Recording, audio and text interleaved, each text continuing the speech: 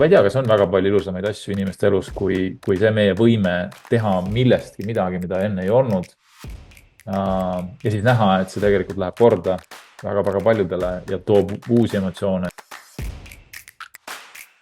Mis sa arvad, Timo, kas on mingeid eeldusi ka, et ettevõtja nagu läbi lüüa või see kõik on ikkagi nagu õpitav ja pigem sellisest nagu tahtest ja drive'ist kinni, et Ma ei tea, ma olen vaadanud, ma ei tea, kus kohas see on peidus ja kust kohast see tuleb, aga teatud valuutaks, mida ma pean inimeste elus võib-olla no kui ütleme, ma nimetan seda niimoodi, et ma vaatan näiteks sinu peale, siis ma ütleks nagu inimelu mõttes ma näen, et sul on teatud hulk valuutat, mida teistel ei ole, juhul kui sul on nägemus, mis on üsna klaar ja mille koha pealt sul on sisemiselt väga tugev tung ja selgus. Aga ma ei ole näinud, et see inimeste puhul nii-öelda väga-väga tavaline on, et kõigil on. Väitan nagu enne ütlesin, et väga paljudel on meil kõigil kogemuse tõttu seda, et mismoodi asjad ei peaks olema ja kuidas kõik on seal on nõme ja seal on nõme. Aga seda, et midagi üles ehitada ja olla valmis sinna minema selle asja taha ja sinna niimoodi nagu, kuidas öelda, jonni-punnina, et see asi saaks valmis. Et see on valuuta. Kuidas see inimeste kätte satub, kas see tuleb inimesest juba nii-öelda hingena maandud ja sünnid ja oledki, või sul on peres selline mudel ees, et kus midagi on ehitatud ja hingega tehtud ja siis on see valmis saanud ja tänu sellele inimestest on näha, et see on see tee, mida nad igal juhul valiksid. Võib-olla sealt. Võib-olla on see ka kuidagi nagu õpitav natuke, et sa tajud midagi enda sees ja siis sa lihtsalt arendad seda ja saad aru, et ma ei pääse sellest, on lihtsalt väga-väga tugev tunne, aga selline, ma vaatan, et ettevõtjana ikkagi see nagu, kui sul seda valuutat ei ole, no ma ei tea, see on jube keeruline, et kõik ülejäänud asjad, mis on ka väga olulised, näiteks, et mis siis juhtuma hakkab, kui sa selle paberi peale oled pannud või välja öelnud, vot seda ma tahan teha.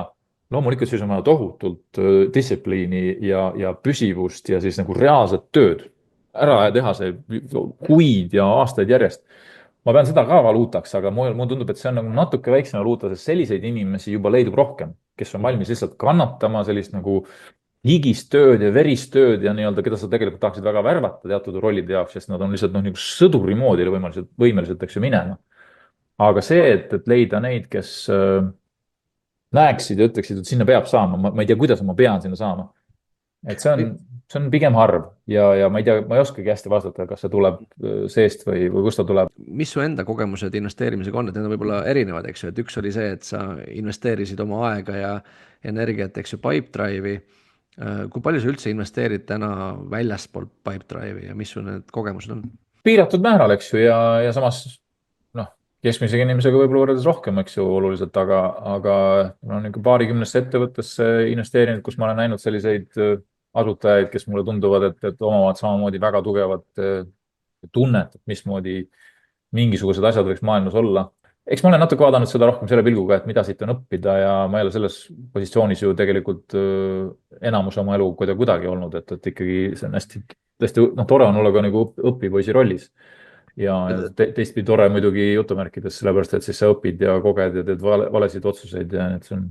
See ettevõtluse investeerimine natuke nagu kaks nagu paralleelset teed, eks, et on väga palju ettevõtjaid, kes ei tea investeerimisest midagi, on väga palju investorid, kes pole kunagi olnud ettevõtjad, et mõlemad on tegelikult erinevad maailmad ja sageli, mis juhtub, ongi see, et kui sa ettevõtjana saavutad edu ja saad oma ettevõtte siis nii-öelda müüdud, realiseeritud, siis tegelikult see huvi investeerimise vastu kasvab, sellepärast, et sa ei taha, et see raha kuidagi nagu ära kaoks ja hävineks. Ja, minimaalselt sa tahad, eks ju, kaitsta oma varasid ideaalis, eks ju, või siis sul on lihtsalt soov aidata teisi inimesi, kes on mingis positsioonis ja sama enda sees ka tajunud, et on mingis positsioonis, kus sa ise olid ja sa vestluse seest tajud, et neil on nii-öelda väga tugev seis ja nad peavad mingisugust asja ajama ja seal võib tekkida see kokkupuutepunkt. See on tegelikult üsna omaette kiht valdkond, mis alati ei pruugi olla üldse väga tulutoov, sellepärast, et enamus väikeettevõtted, nagu sa enne statistikat vaatasid, et sealt midagi väga suurt ei teki ja kui tekib, siis see on pigem harv juhtum ja see on tore,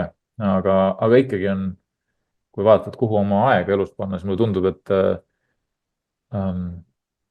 panna seda aega ja tähelepanu emotsiooni, kas ta on siis enda oma või kellegi teise oma, mis on seotud millegi nagu loomisega, mille koha peal täna on ainult kas siis nagu tühi maalap või tühi paber. See on ma ei tea, kas on väga palju ilusamaid asju inimeste elus, kui see meie võime teha millestki midagi, mida enne ei olnud. Ja siis näha, et see tegelikult läheb korda väga-väga paljudele ja toob uusi emotsioone ja see on väga ilus muster ja dünaamika, et selle juures kuidagi natuke mängus olla on päris tore. Võib-olla viimase küsimusena, et kindlasti on väga palju ettevõtjaid, kes, no ütleme, inimestele meeldib üldse edulugusid kuulda, eks, et kõik nagu nii-öelda tahaksid olla see osa eduloost, et mis sa võib-olla neile ütled, kellel on ka selline ambitsioon ja soov ja tahe, niisugune korralik nagu läbimurre oma elus teha, et mis see võib-olla lühike soovitus võiks neil olla? ma vist olen paar korda juba seda siin moel või teisel kuidagi nõmisenud. Et ma arvan, et üks oluline asi on lihtsalt leida endaga mingisugune dialoog, see keel, millega sa ise räägid iseendaga. Ma arvan, see on natuke igaühel erinev.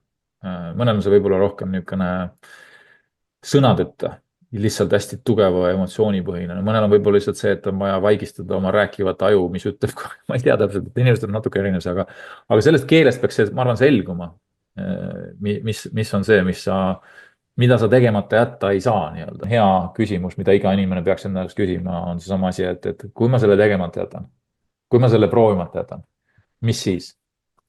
Ja ma arvan, et kui sealt on vastus, et ma ei tea, kui hästi ma sellega nii-öelda elada saaks. Või lausa see, et see jääks mul kripeldama terveks eluks. Siis ma arvan, et sul on hästi selge vastus teatud mõttes olemas, et mida see kõik see elus nii-öelda toob ja kas sellest saab midagi suurt sinu enda ja ka teiste jaoks. No seda ei tea keegi ette, ma arvan. Aga ma arvan, et su enda elu jaoks, kui sa ühel hetkel vaatad juba sinna tagasi ja sul on kogemus ja sul on moment, et tollel hetkel, kui midagi sees kõlises ja mitte ei tilisenud, või kõmises ja kõlises kõvasti. Ja ma kuulasin seda ja ma panin tähele ja ma siis tegin selle järgi. Ma millegipärast arvan, et enamus inimesi võtab neid momente ja tagasivaateid pigem, et mul on hea meel, et ma seda tegin. Ja see ei tähenda, et elu on olnud võib-olla tohutult, ma ei tea, materiaalselt rikas või kõik on olnud ainult üks edu otsa.